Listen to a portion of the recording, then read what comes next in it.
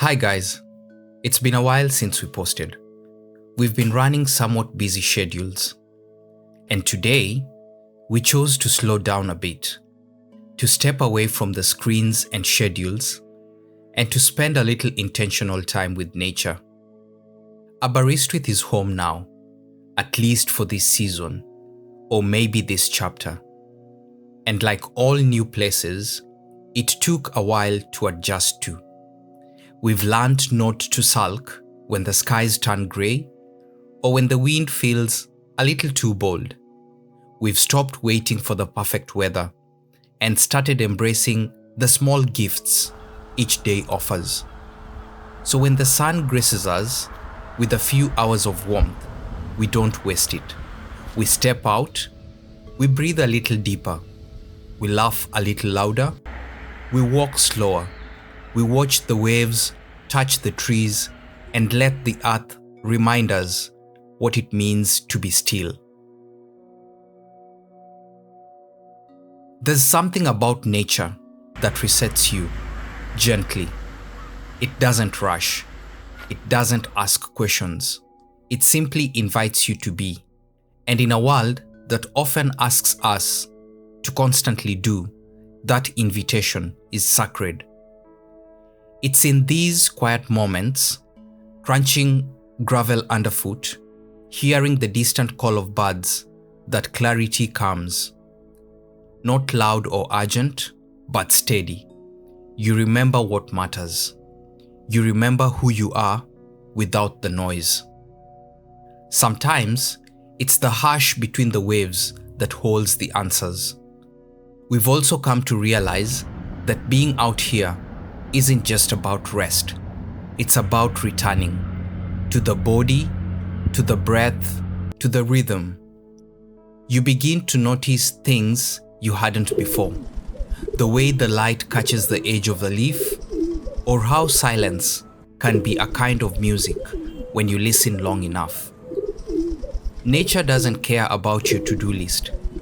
It doesn't ask for your credentials. It simply meets you exactly as you are. And in a time where rest can feel like luxury, nature reminds us that it's a necessity.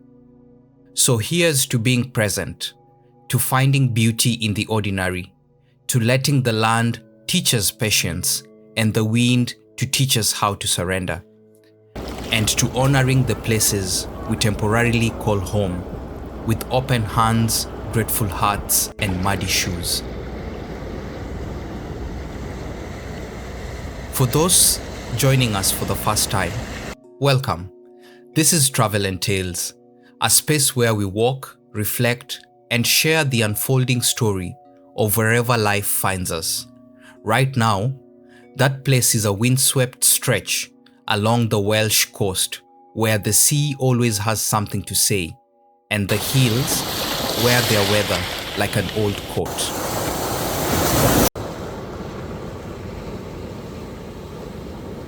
As we wander, our conversation stretches beyond the path beneath our feet. We talk about how the world is changing, evolving, accelerating in ways that feel both thrilling and unsettling. Artificial intelligence, for instance, is no longer the stuff of distant futures. It's here, learning, building, creating, sometimes faster than we can process. Climate patterns shift and stutter. Each season, a sharper reminder that the earth is reacting to us.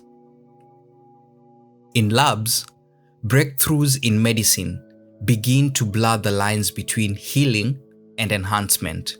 And with every stride, each step brings new questions. What does this all mean for us as humans? For how we live, work, learn, and love? How do we hold on to what makes us deeply human? Empathy, wonder, connection. When the world around us moves at a speed of code and circuitry.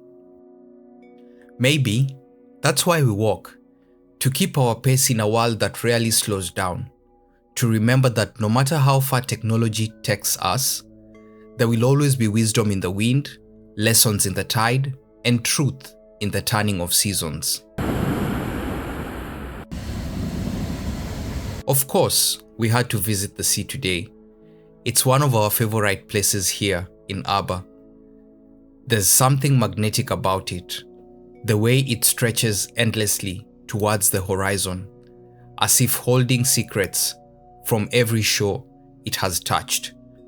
We come here often, not just to look, but to listen, to the soft crash of waves, to the call of seagulls, to the quiet voice in our own mind that seems easier to hear beside water.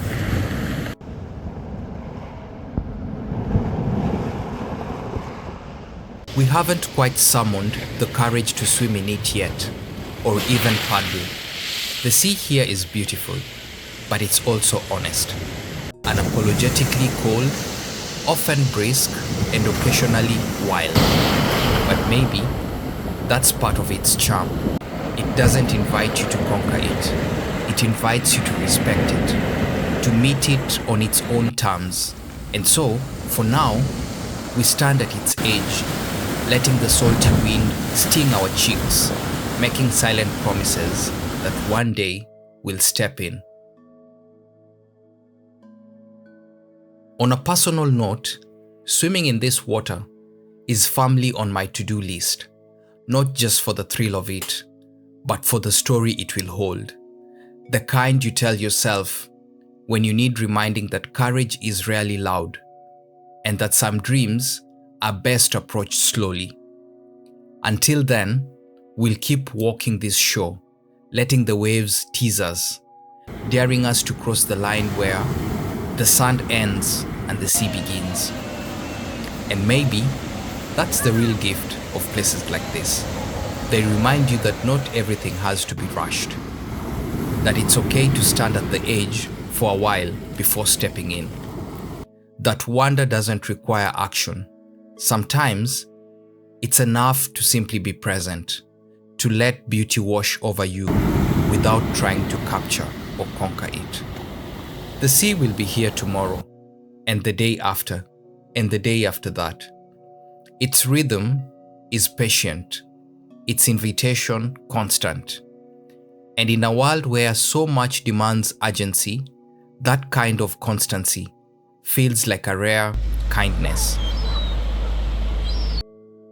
So, we leave the shoreline with pockets full of salt air and minds a little quieter than when we arrived, knowing that the next time the sun appears, we'll definitely return, maybe with the courage to wade deeper, or just stand here again, one with nature, letting the world soften around the edges.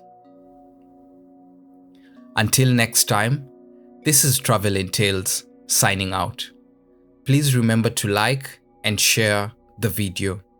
And for those of us who haven't subscribed, kindly consider subscribing to support the channel.